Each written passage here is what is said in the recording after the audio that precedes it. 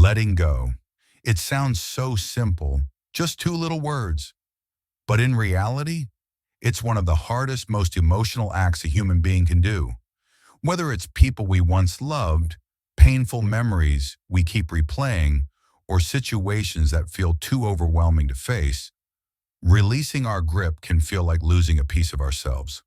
But here's the twist no one tells you. Holding on too tightly often causes more suffering than letting go ever will. This isn't about becoming emotionless. It's about breaking the invisible chains that keep you mentally and emotionally stuck. In this episode, we're diving into the how, not just the why, of letting go. Using timeless lessons from Stoic philosophy combined with modern psychology, you'll learn practical ways to release toxic attachments, reset your mindset, and reclaim your peace. We'll uncover how to unlock the power of healthy detachment, recognize when it's time to step back for your mental clarity, set emotional boundaries that protect your energy, not drain it. Letting go doesn't mean giving up. It means making space for what truly matters. It doesn't mean losing control. It means gaining the freedom to focus on what's within your control. And by the end of this video, you'll walk away with powerful tools to let go of what no longer serves you and move forward with a lighter heart, a clearer mind, and a renewed sense of purpose. So take a breath. Let's begin. Lesson 1. Unlocking the power of detachment. The word detachment often gets misunderstood. People hear it and think apathy, numbness, cold withdrawal. But the truth is, detachment is not about feeling less. It's about needing less. It's not about disconnecting from life. It's about disconnecting your peace from things outside your control. Think about this. How many times have you felt anxious because someone didn't text back or because a plan didn't go exactly as you hoped? That's not love or ambition. That's attachment rooted in fear. Fear of loss, fear of failure, fear of not being enough without it. And here's the ironic part. The tighter we grip, the more we suffer. When we become overly attached, we tie our happiness to fragile things, other people's opinions, unpredictable outcomes, or even our possessions. But life will change. People will leave. Plans will fall apart. And if our peace depends on those things, we crumble. The Stoics had a different way. They taught that real freedom doesn't come from controlling everything around us. It comes from learning to control our response.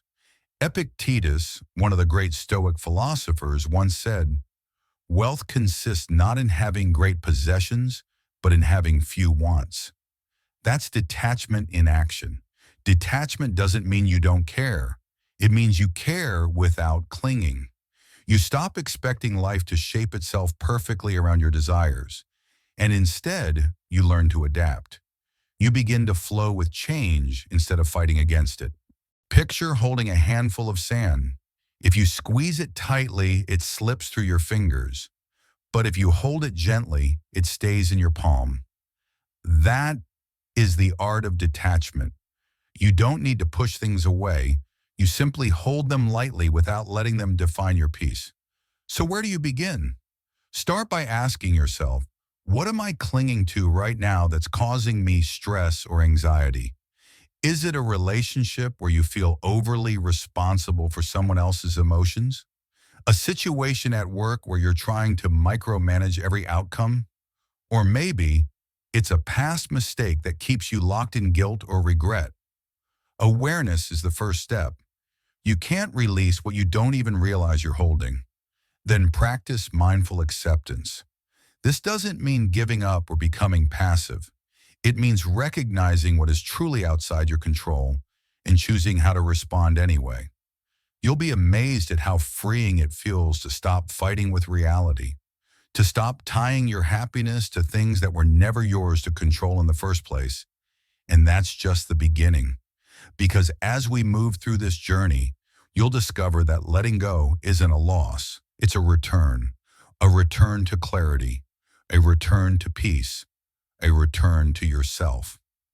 In the last section, we explored the power of healthy detachment, not about distancing yourself from life, but about releasing what you can't control. Now let's talk about how to actually respond in those difficult moments. When emotions run high and someone's behavior tests your patience. Because here's the truth. You can care deeply about someone and still choose peace over chaos. Let's say someone in your life is upsetting you. Maybe they're being inconsiderate or emotionally unpredictable. Instead of trying to change them, a task that usually leads to more frustration, shift your focus inward. Set clear boundaries. Manage your emotional response. Choose how much access they get to your mental space. You can love someone without letting them pull you out of balance. That's not cold, it's wise, it's self-respect. Here's a simple practice you can do each day. Take 5 quiet minutes to reflect on one thing you're emotionally attached to that's currently causing you stress. Ask yourself, is this something I can control, or is it something I need to gently release? If it's outside your control, don't fight it, free it. Say to yourself, I choose to let go of what I cannot control. It might sound small, but over time, this habit trains your mind to focus only on what truly matters. It releases you from emotional burdens that were never yours to carry in the first place. Another powerful reflection to ask, am I holding on because I truly care, or because I'm afraid of what will happen if I let go? So many attachments aren't rooted in love, but in fear. Fear of loss, fear of change, fear of uncertainty. But fear-based attachment only leads to suffering. Healthy detachment, on the other hand, creates space for growth, peace, and emotional freedom. Let's be clear.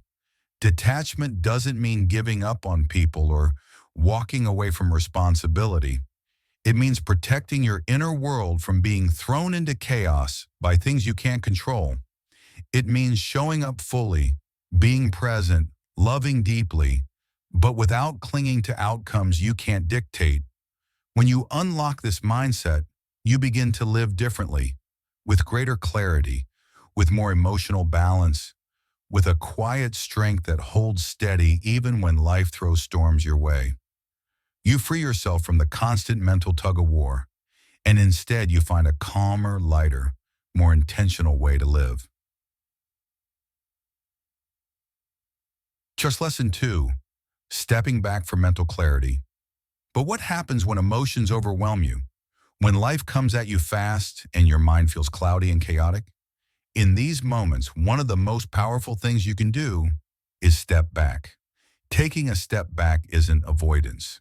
It's a conscious pause. It's choosing to create space between your emotions and your actions, so you can respond with wisdom instead of reacting with impulse. When you're caught in the middle of a heated situation, everything feels urgent. Your thoughts race, your heart pounds, your emotions spike. And in that state, it's almost impossible to think clearly. But when you pause, just for a moment, you interrupt that storm. You give yourself the gift of perspective. Think of a painter standing too close to a canvas. All they see are brushstrokes, smudges, imperfections. But when they take a few steps back, the full picture comes into view. The same is true for you. When you create emotional distance, even temporarily, you can finally see the situation for what it really is, not just how it feels in the heat of the moment. And stepping back doesn't have to be dramatic. It can be simple. Take a deep breath. Go for a short walk. Sit down and journal what you're thinking and feeling. These small acts create mental space. They allow your nervous system to calm down, so your mind can catch up and your clarity can return. And once you've stepped back, you're in a much better place to reflect. What's really going on here? What response would align with my values? The Stoics believe that clarity is born from calm. Marcus Aurelius said, "You have power over your mind, not outside events. Realize this, and you will find strength." And that strength begins the moment you decide to pause, to breathe, to step back so you can see clearly and respond wisely. In the previous section, we talked about the strength that comes from taking a step back, how pausing in the heat of the moment helps you reclaim your clarity.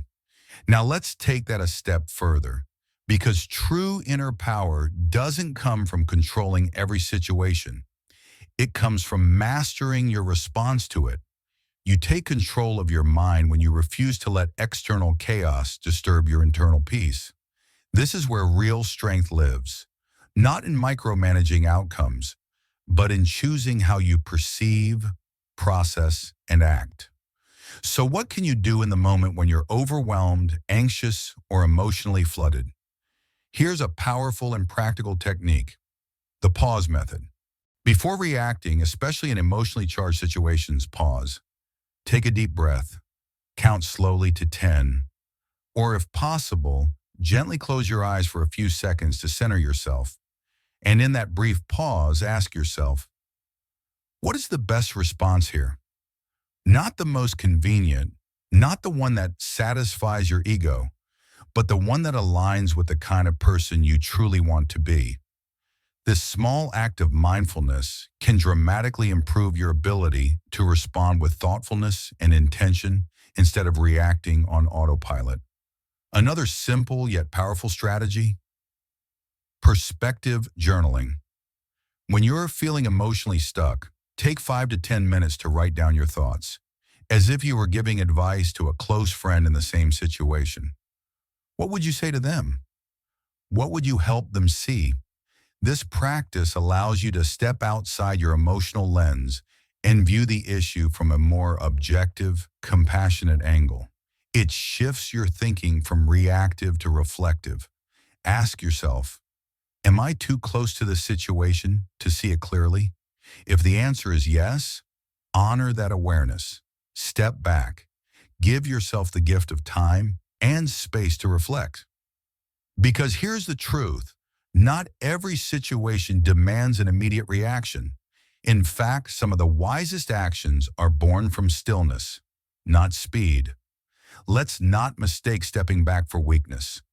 It's not running away, it's choosing clarity over chaos. It's a deliberate, courageous act of reflection over reaction.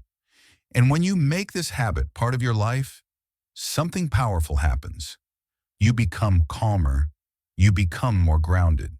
You develop a clearer, more focused approach to even the most difficult challenges. You begin to see problems as they are: temporary obstacles, not life-defining catastrophes.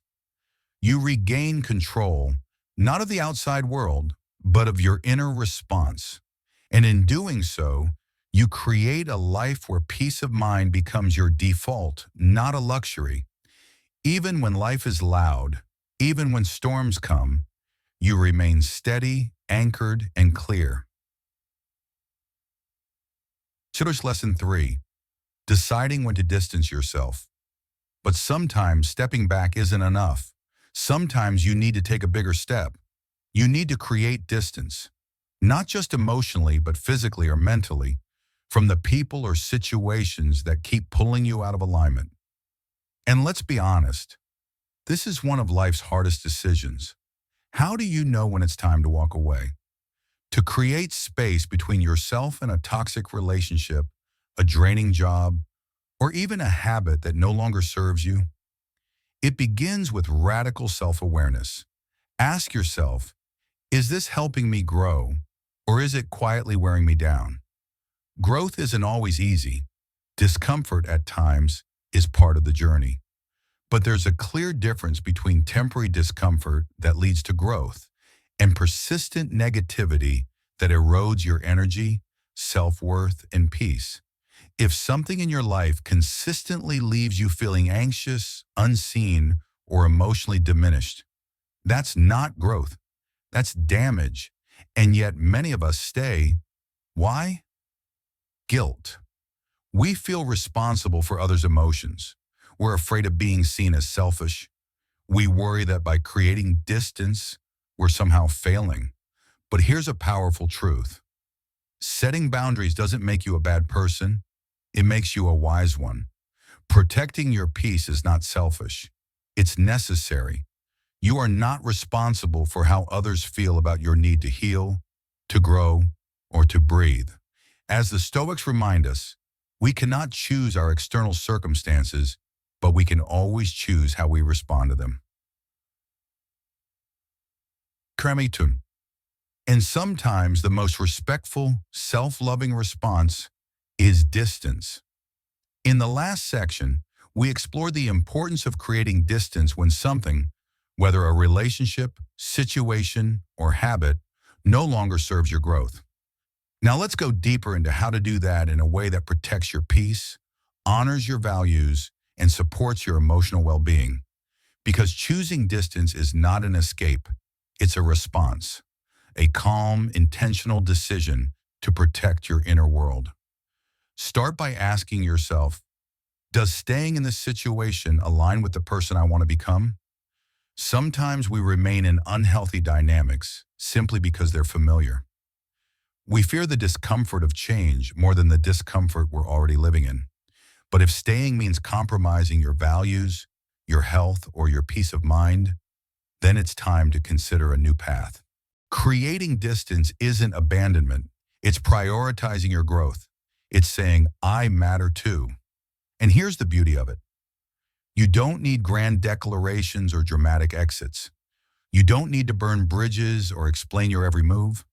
In many cases, all it takes is quietly stepping back, spending less time, engaging less, saying no more often, gradually disengaging without hostility, without drama. This quiet, respectful approach allows you to conserve your energy while keeping things peaceful. Here's something practical you can try. If you're not sure whether to distance yourself permanently, start with a trial separation. Give yourself 2 weeks. During that time, limit your interaction with the person or situation.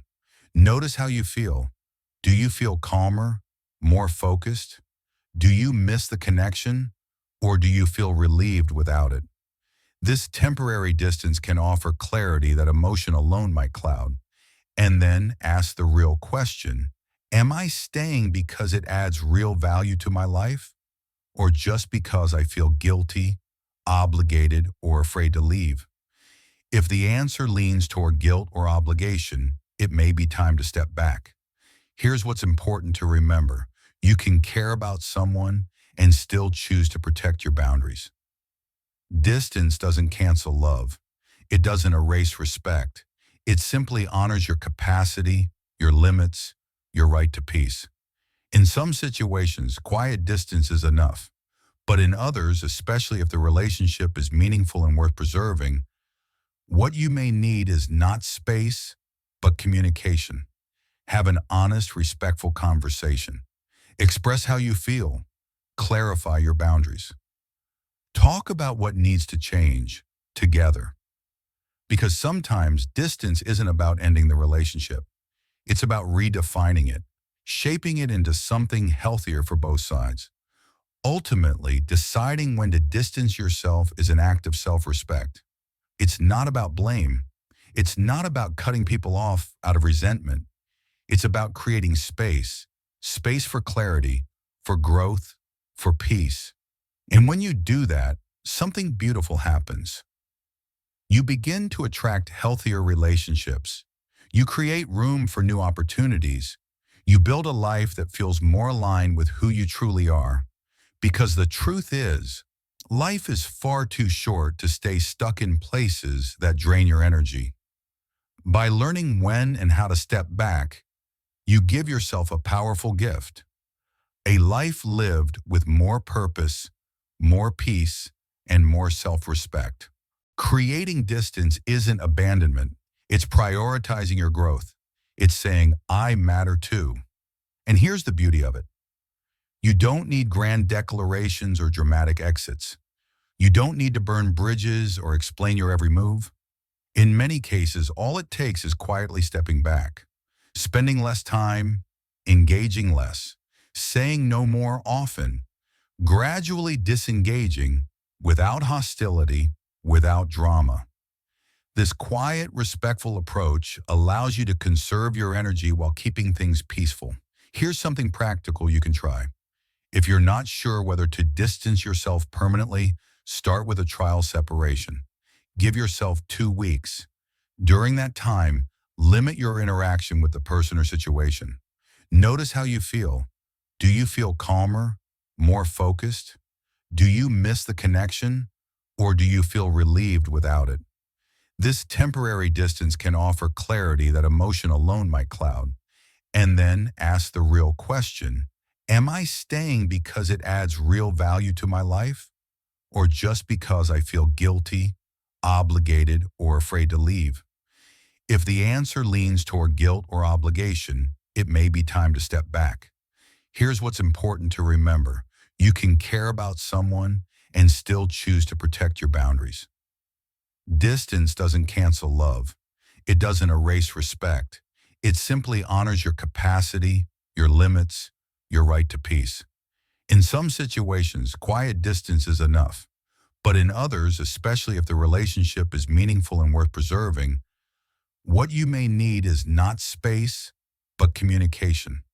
Have an honest, respectful conversation. Express how you feel. Clarify your boundaries. Talk about what needs to change together. Because sometimes distance isn't about ending the relationship. It's about redefining it, shaping it into something healthier for both sides. Ultimately, deciding when to distance yourself is an act of self-respect. It's not about blame. It's not about cutting people off out of resentment. It's about creating space, space for clarity, for growth, for peace. And when you do that, something beautiful happens. You begin to attract healthier relationships. You create room for new opportunities. You build a life that feels more aligned with who you truly are. Because the truth is, life is far too short to stay stuck in places that drain your energy. By learning when and how to step back, you give yourself a powerful gift. A life lived with more purpose, more peace, and more self-respect.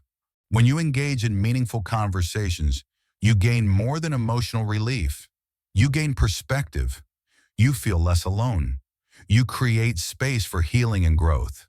And in a world full of small talk, this kind of connection is a rare and powerful gift.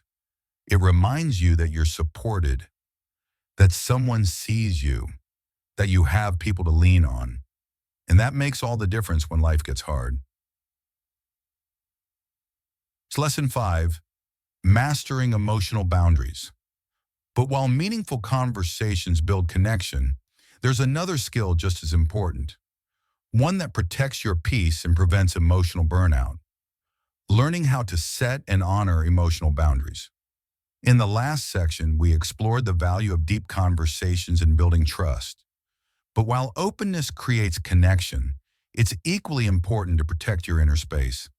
That's where emotional boundaries come in. Because let's face it, have you ever walked away from a conversation feeling heavy, as if you were carrying someone else's stress, anxiety, or emotional chaos? If so, you're not alone. Many of us struggle with emotional boundaries, the invisible lines that separate our emotions from those of others.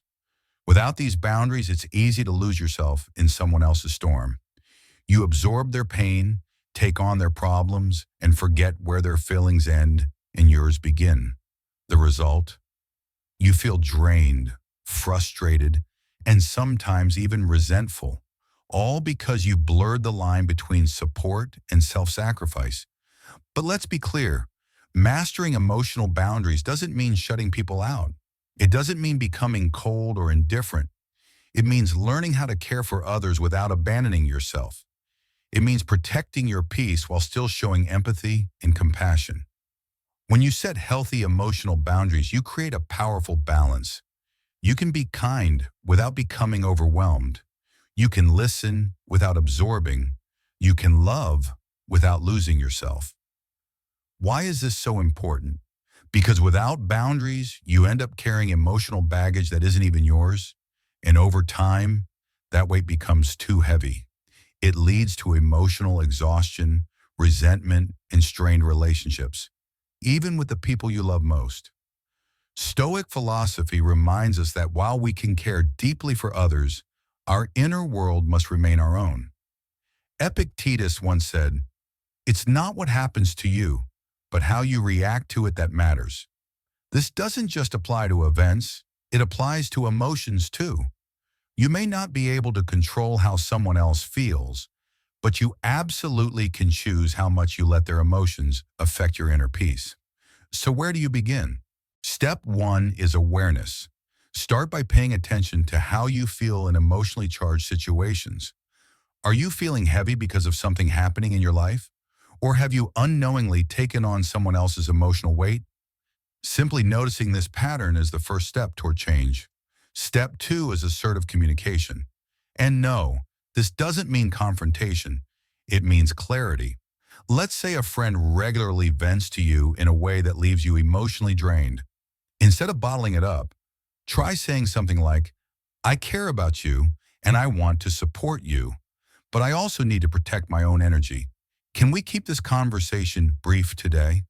This approach is gentle but firm. You're expressing compassion while clearly stating your limits, and that's the essence of a strong boundary. Another helpful strategy, visualization. When you're in the middle of an emotionally intense moment, imagine a protective barrier around you. Think of it like a soft, glowing shield, something that lets love and empathy flow through, but keeps you from absorbing the full emotional weight. This isn't just imagination. It's a powerful way to reinforce the truth. You can care without caring. Here's something practical you can try. The next time you feel overwhelmed by someone else's emotions, pause, take a deep breath, and say to yourself, their emotions are theirs. I can support them, but I don't have to hold it all. Then take a moment to ground yourself. Whether that means a short walk, a few minutes of breath work, or journaling, do something that brings you back to center.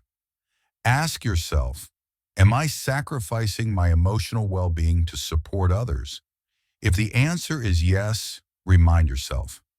Setting boundaries isn't selfish. It's necessary. When you protect your emotional energy, you show up as a calmer, more grounded version of yourself. And that helps everyone, including the people you love. One last thing to remember. Boundaries often require repetition. Not everyone will respect them right away. Some may push back, but that doesn't mean your boundary is invalid. Stay consistent. Keep showing up with love and firmness. The more you respect your boundaries, the more others will learn to do the same. Because at its core, mastering emotional boundaries is an act of self-respect and deep self-care. It allows you to care for others without losing yourself in the process. Previously, we talked about the importance of setting emotional boundaries to show up fully for others without losing yourself in the process. Now let's go deeper into a much tougher decision. What do you do when boundaries aren't enough and it's time to step away? Lesson 6, weighing the outcomes of separation. There are moments in life when creating distance from a person, a job, or even a long-term situation becomes not just helpful, but necessary for your mental and emotional well-being. But making that decision can be hard. It's filled with doubts, mixed emotions, and fear of what might happen next. That's why learning to weigh the true outcomes of separation is so important, because it helps you move forward, not from anger, guilt, or impulse, but with clarity, confidence, and purpose. Distancing yourself doesn't always mean cutting ties completely. It can mean stepping away from a toxic relationship, leaving a job that drains you, or slowly disengaging from a friendship that no longer aligns with who you're becoming. Whatever the case, the goal isn't to escape discomfort. It's to prioritize your growth, your peace of mind, and your long-term well-being. The Stoics deeply believed in intentional decision-making. Before taking action, they would ask themselves, does this choice align with my values? Will it serve my well-being in the long run? Seneca once said, we suffer more often in imagination than in reality. Think about that. Many times the fear around separation isn't based on what's actually happening. It's based on what we imagine might happen. By focusing on real consequences instead of worst-case scenarios, you can make wiser, more grounded choices. So how do you weigh the outcomes effectively? Step 1. Evaluate the emotional impact. Ask yourself, how does staying in this situation make me feel day after day? If your honest answer is stress, anxiety, resentment, or a sense of being stuck, that's a strong sign it might be time to create some space. Step 2. Consider your long-term well-being. Does this relationship or environment help you grow, or is it holding you back? Will staying support your goals and happiness, or continue to drain your energy? Step 3. Acknowledge the potential losses. Every separation involves some kind of loss, whether emotional, social, or financial. But then ask yourself, is that short-term loss worth the long-term peace I could gain? Sometimes discomfort now is the cost of freedom later. And remember, separation doesn't always have to mean goodbye. In some cases, you don't need to cut people off. You just need to change the dynamic. Maybe that means spending less time with them, or avoiding emotionally charged interactions, or simply redefining the relationship in a way that feels healthier for you. Here's something practical you can do today. Grab a piece of paper and create 2 columns. On one side, list the benefits of staying in the situation. On the other, list the benefits of creating distance. When you see it on paper, your thoughts, your truths, it becomes much easier to make a clear, confident decision. In the next section, we'll talk about what comes after separation, because once you let go, what you do with that space matters. And that next step is about healing, rebuilding, and moving forward with strength. In the last lesson, we explored how carefully weighing the outcomes of separation can lead you to greater clarity and freedom. Now, once you've created space in your life, what are you filling it with? Lesson 7. Detoxing from social media. In today's hyper-connected world, it's almost second nature to reach for your phone the moment there's a pause. A few seconds of boredom, scroll, a stressful moment, scroll, need a distraction, scroll again. Social media has woven itself into the fabric of our daily lives. It connects us to people, ideas, and global conversations. But here's the truth. It also creates an endless stream of digital noise. Noise that clutters your mind. Noise that stirs up comparison. Noise that can silently chip away at your peace. You're constantly bombarded with highlight reels, other people's perfect vacations, success stories, filtered photos, and somewhere along the way, your own life starts to feel less than. Why am I not there yet? Am I doing enough? What am I missing? That's why detoxing from social media isn't about deleting every app and disappearing forever.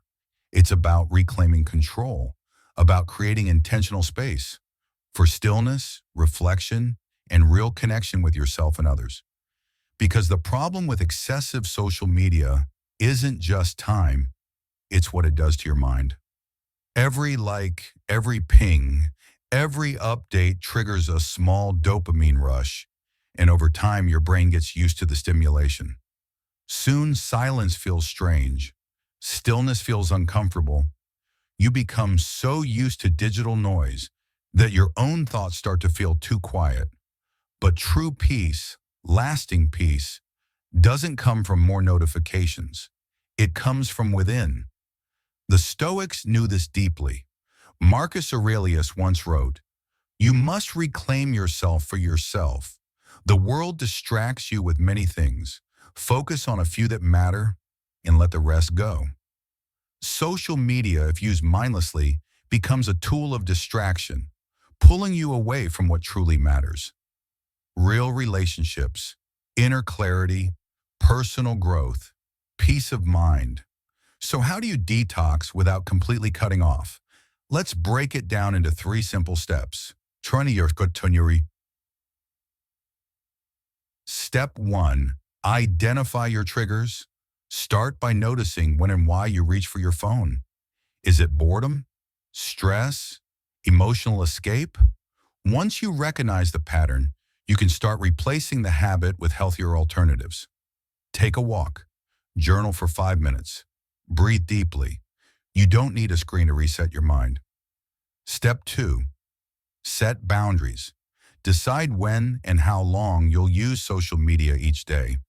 Instead of checking it every few minutes, pick specific times, like after lunch or only in the evening. This simple shift helps reduce your mental dependency and gives your brain a much-needed break from overstimulation. Step 3.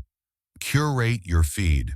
Unfollow accounts that drain your energy, make you feel small, or trigger self-doubt. Instead, follow people and pages that uplift, educate, or inspire you. Because your digital environment should reflect your values, not challenge your self-worth. Detoxing from social media isn't about missing out. It's about tuning back in to yourself. It's about trading the endless scroll for intentional stillness. And in that quiet space, something powerful happens. You reconnect with your own thoughts. You rediscover what truly matters. You begin to feel like you again. So here's a simple challenge for today. Pick one step, just one. Whether it's turning off notifications, deleting one app, or spending your first 30 minutes in the morning offline, start small. Because peace doesn't come from adding more. It often comes from subtracting what no longer serves you. In the last lesson, we explored how social media detoxing isn't about cutting off from the world. It's about reconnecting with yourself. So what do you do with that newfound stillness and clarity? You turn inward and begin to honor what you truly need. Lesson 8. Prioritizing your core needs. In the rush of daily life, between deadlines, obligations, and a flood of digital distractions, it's all too easy to lose touch with the things that actually sustain you. You know the feeling. You've checked everything off your to-do list, yet deep down, something feels off. Like you've been busy all day but haven't really fed your soul. That's because your core needs, the essential elements that nourish your emotional, mental, and spiritual well-being, often get pushed aside in favor of external noise. And here's the hard truth. If you don't prioritize your core needs, no one else will. So what exactly are core needs? They're not fleeting desires like entertainment, praise, or material success. They're not about Netflix binges or endless scrolling. They're deeper, more grounding, more human. They are the quiet rituals and meaningful practices that keep you centered. Things like quality time with loved ones, moments of solitude and reflection, sleep, movement, and nature, creative expression, feeling seen, valued, and understood. And when these needs go unmet, the effects are subtle but powerful. You feel drained without knowing why, disconnected without understanding the cause, lost even when everything on the outside seems fine. Stoic philosophy has a beautiful way of cutting through this noise. Epictetus said, "Wealth consists not in having great possessions, but in having few wants." In other words, fulfillment doesn't come from chasing more, but from honoring what is essential. So how do you begin to reconnect with your core needs? Start with this question. What makes me feel most alive and most at peace? Think about it for a moment. Is it the sound of your child's laughter, the calm of an early morning walk, the deep focus you feel when you're creating, writing, building? Now ask yourself, am I giving enough space in my life for these things? If not, it's time to realign. Here's something practical you can do today. Make a list with 2 columns. On the left, write down what you need, what truly fuels you. On the right, Write how much time or energy you currently give to each. If there's a big gap, that's your sign. Prioritizing your core needs doesn't require massive change overnight. It starts with small shifts, saying no to things that drain you, blocking out time for quiet, making space for people who refill your emotional cup, not empty it. For example, if time in nature helps you reset, schedule a 20-minute walk after work. If creative expression fuels you, dedicate a few mornings each week to paint, write, or build without guilt. The key is intentionality. And here's the best part. When you nourish your core needs, everything else improves. You show up better in relationships. You handle stress with more resilience. You stop chasing fulfillment in all the wrong places because you're already grounded from within. Remember, prioritizing your needs isn't selfish. It's essential, because the more you honor what truly sustains you, the more energy and clarity you'll have to offer the world around you.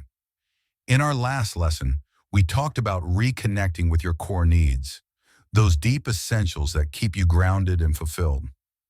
But what happens after you've identified them? You begin to protect them, nurture them, and most importantly, live by them. Your core needs aren't luxuries. They're lifelines. And here's the truth. Honoring those needs isn't selfish. It's necessary. Lesson 10. Living in alignment with your core. When your core needs are consistently met, whether it's rest, connection, creativity, or stillness, something powerful happens.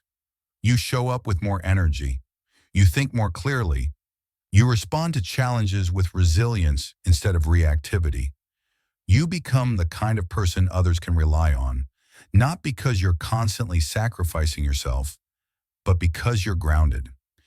So how do you start putting this into practice? Try this simple grounding exercise. Make a list of your top 5 core needs. Next to each one, write down one small, doable action you can take this week to honor that need. If rest is a core need, maybe you commit to going to bed 30 minutes earlier. If creativity matters to your well-being, block off 1 hour this weekend to work on a passion project without distractions. If connection fuels you, schedule an uninterrupted coffee chat with someone you love. The key isn't to overhaul your life overnight. The key is consistency through small steps. Ask yourself, am I living in a way that honors my needs, or am I constantly sacrificing them to meet others' expectations? If the answer leans toward the latter, here's a gentle reminder. No amount of achievement or external praise will ever replace the inner peace that comes from living in alignment with what you truly need. And yes, it's common to feel guilty when you start putting yourself first. Maybe you think, I should be doing more for others, or this is selfish. But here's the truth. Self-care isn't neglect. It's preparation. It's what allows you to show up stronger, clearer, and more compassionate for your family, your work, your community. Think of it this way. You can't pour from an empty cup. And when you neglect your needs long enough, you eventually burn out. And everyone around you feels the ripple. But when you prioritize your well-being, something shifts. You stop running on fumes. You begin making decisions from clarity, not exhaustion. You become more present, more connected, and more aligned with your purpose. Because life isn't about doing more. It's about doing what matters most. By creating daily space for what nourishes your body, mind, and soul, you build a foundation of strength and peace that supports every other area of your life. You stop chasing things that don't fulfill you. You stop proving yourself to everyone, and you start living in a way that's deeply yours, intentional, aligned, and whole. This is where true freedom begins. When your choices come from your core, not from pressure or performance. In our next lesson, we'll explore one of the most transformative practices of all, gratitude. Because when you stop striving for what's missing and start appreciating what's already here, You unlock a kind of joy that no external achievement can match. As we discovered in the last lesson, when you live in alignment with your core needs, you create the foundation for a more grounded, fulfilling life. But to truly experience that fulfillment, you must be present enough to notice it. That's where gratitude and presence come in. Lesson 11, embracing gratitude in the present moment. In a world that constantly urges us to do more, be more, and chase more, it's easy to slip into the habit of focusing on what's missing. More success, more recognition, more things to check off the list. But what if the peace you're searching for isn't in the next thing? It's in what's already here. Gratitude is the quiet, powerful antidote to dissatisfaction. It shifts your perspective from scarcity to sufficiency, from restlessness to peace. And it doesn't require anything big or dramatic. You don't need a perfect life to feel grateful. Sometimes the smallest things, a warm mug in your hands, a text from someone who cares, or even the sound of rain outside your window, are what bring the greatest peace. Here's something simple you can do. Start or end your day by writing down 3 things you're grateful for. That's it. Just 3.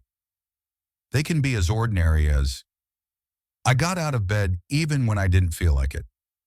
My lunch was delicious. I had a meaningful 5-minute conversation. Over time, this practice rewires your mind to notice the good, even in the midst of chaos, because life isn't always calm. But there's always something, even in the storm, that deserves your appreciation. Gratitude and presence go hand in hand. To feel grateful, you have to actually be here. That means letting go of the regrets of the past. It means loosening your grip on the worries of the future and instead returning your attention to the only thing you ever truly control, this moment. So try this the next time you feel overwhelmed. Pause. Take a slow, deep breath. Look around you. What's something, anything, you can appreciate right now? Maybe it's the sunlight streaming through the window. Maybe it's the fact that you've made it through a hard week. Maybe it's just the strength you've shown in holding on when things felt heavy. Whatever it is, let it land. Let it ground you. Because this moment is real, and this moment is enough. Ask yourself, am I focusing on what's missing or what's already present? If your mind often leans toward what's lacking, you're not alone. But you do have the power to shift. Gratitude isn't about ignoring your goals or pretending life is perfect. It's about balancing ambition with appreciation. It's about realizing that even while you're growing, even while you're striving, you can still choose to be content. Another way to stay rooted in the present is through mindfulness. And no, it doesn't require hours of meditation. Mindfulness can be as simple as feeling the texture of your food as you eat, noticing the breeze against your skin during a walk, listening, truly listening when someone speaks. These small moments of presence are where real life happens, not in your regrets, not in your anxieties. But here now, as Marcus Aurelius once wrote, do not dwell on the past or dream of the future. Concentrate the mind on the present moment. So take a deep breath. Right here, right now. What can you appreciate? It doesn't have to be perfect. It just has to be real. Gratitude and presence aren't just practices. They're perspectives. And when you embrace them, you build a life filled with more peace, less anxiety, and a deeper connection to what truly matters. Coming up in the next lesson, we'll explore one of the most important skills for emotional resilience, flexibility. Because when life doesn't go as planned, and it often doesn't, your ability to adapt is what determines whether you feel stuck or set free. After discovering the quiet power of gratitude and presence, it becomes clear that peace isn't about perfection. It's about perspective. But what happens when life throws you a curveball and that peace is suddenly disrupted? Lesson 12. Cultivating flexibility and adaptability. Life doesn't always go according to plan. In fact, it rarely does. And in those moments, when expectations crumble or things shift unexpectedly, your ability to adapt becomes your greatest strength. Flexibility is not about giving up. It's not about lowering your standards. It's about staying open, emotionally, mentally, and practically, to new possibilities when your original path is no longer available. Because let's be honest, how often have we gotten stuck in frustration, resisting what already is, simply because it wasn't part of the plan? The first shift toward true flexibility begins in your mind. Instead of dwelling on what went wrong, ask yourself, how can I see this differently? What opportunity might this challenge be offering me? This perspective shift isn't about denying your feelings. It's about making space for possibility. That brings us to a powerful trait of flexible people: emotional resilience. Unexpected changes often stir up fear, disappointment, or even grief. The key is not to ignore these emotions, but to process them without being ruled by them. You feel them, acknowledge them, and then respond, not from panic, but from your values. That's emotional strength, staying grounded in the storm. Here's a practical framework you can apply immediately. The 3 A's: accept, assess, adapt. 1. Accept. Acknowledge that the change has happened. Resistance won't undo reality. It only drains your energy. 2. Assess. Step back. Take stock of what's changed. What are your options? What's still within your control? 3. Adapt. Choose your next step based on those insights. Take thoughtful action from a calm, intentional place. This process allows you to respond with clarity, not chaos. Ask yourself, am I holding on to something that's no longer helping me?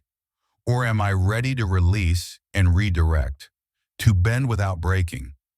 If you catch yourself resisting change, remind yourself, flexibility isn't weakness. It's intelligent strength. It's what allows you to pivot, to grow, and to continue moving forward even when the map has changed. Another key aspect of flexibility is being open to new ideas, perspectives, and methods.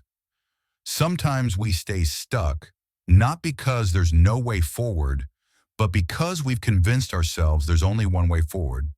But when you soften your grip, when you remain curious and willing to explore, new paths emerge.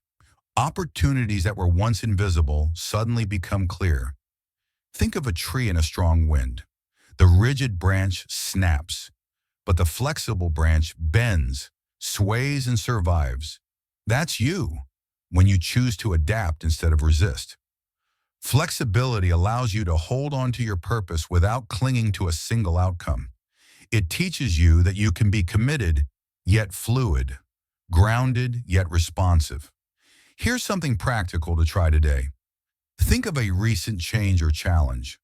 Pause, take a breath, and walk through the 3 A's. Have I accepted that this is now part of my reality? Have I assessed what I still have control over? Am I ready to adapt and take my next step? This process takes practice, but over time, it builds incredible inner strength. Remember, life is a continuous unfolding of the unexpected. You can't control every twist or turn, but you can control how you respond. And when you meet life with openness instead of resistance, with grace instead of rigidity, you unlock a deeper peace, a peace that isn't dependent on external stability, but rooted in internal resilience. You become like water, able to move, to adjust, to find your way forward no matter the shape of the path. In the next lesson, we'll dive into one of the most powerful forces for connection and inner transformation: empathy and generosity. Because strength isn't just about standing tall, it's also about reaching out. After exploring how flexibility can anchor us during life's storms, it's time to shift towards something equally powerful, but often underestimated: the strength found in empathy and generosity. Lesson 13. Fostering empathy and practicing generosity. Empathy and generosity. Two words that may sound gentle, but make no mistake, they hold immense power. In a world that often urges us to chase personal success and guard our energy, choosing to understand others and give freely from the heart is a bold, intentional act. Let's begin by clearing up a common misconception. Generosity isn't just about giving money or material things. True generosity goes much deeper. It's about giving your time, your attention, your kindness, and your presence. It's about showing up fully for someone else, even when there's nothing in it for you. And that's where real abundance begins. Think back. When was the last time you showed empathy or gave generously without expecting anything in return? It might have been a quiet moment, listening patiently to a friend, offering a helping hand, or simply being kind to a stranger. These small acts, they ripple outward.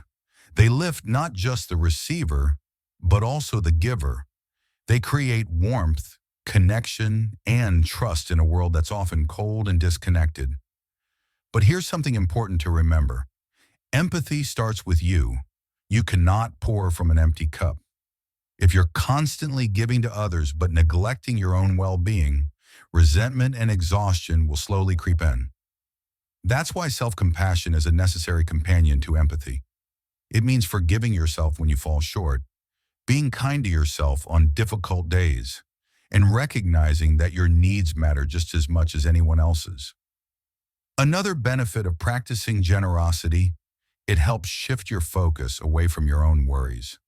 When you're stuck in a spiral of overthinking or self-doubt, giving to others through mentoring, volunteering, or simply being present can reduce anxiety and create a sense of purpose.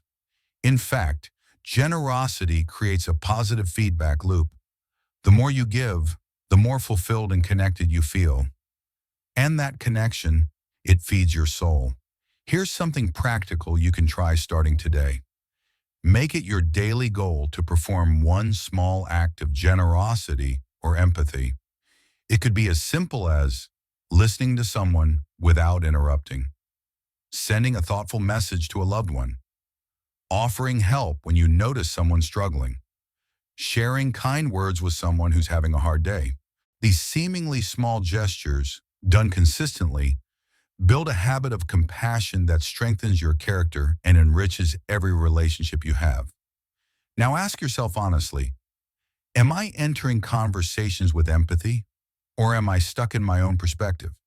If the answer leans toward the latter, pause, breathe, and try to see things from the other person's point of view. That one mental shift can transform not just your interactions, but your entire approach to life. And remember, fostering empathy and practicing generosity doesn't require grand gestures or dramatic displays. It's about how you show up in quiet, everyday moments. It's about choosing kindness when no one's watching. It's about being the kind of person who brings light into someone else's day without needing credit or applause. When you live this way, something changes inside you. You no longer measure life by what you gain, but by what you give. You build a life that's rich in purpose, connection, and peace.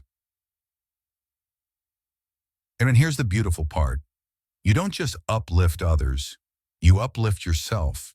You become a source of strength, warmth, and healing in a world that desperately needs more of all three.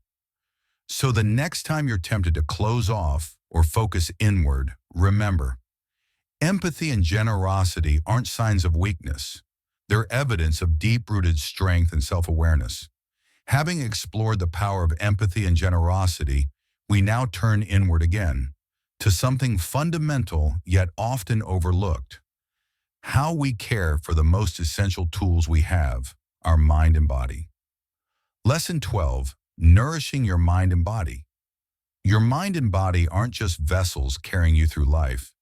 They're the foundation for everything you think, feel, and do.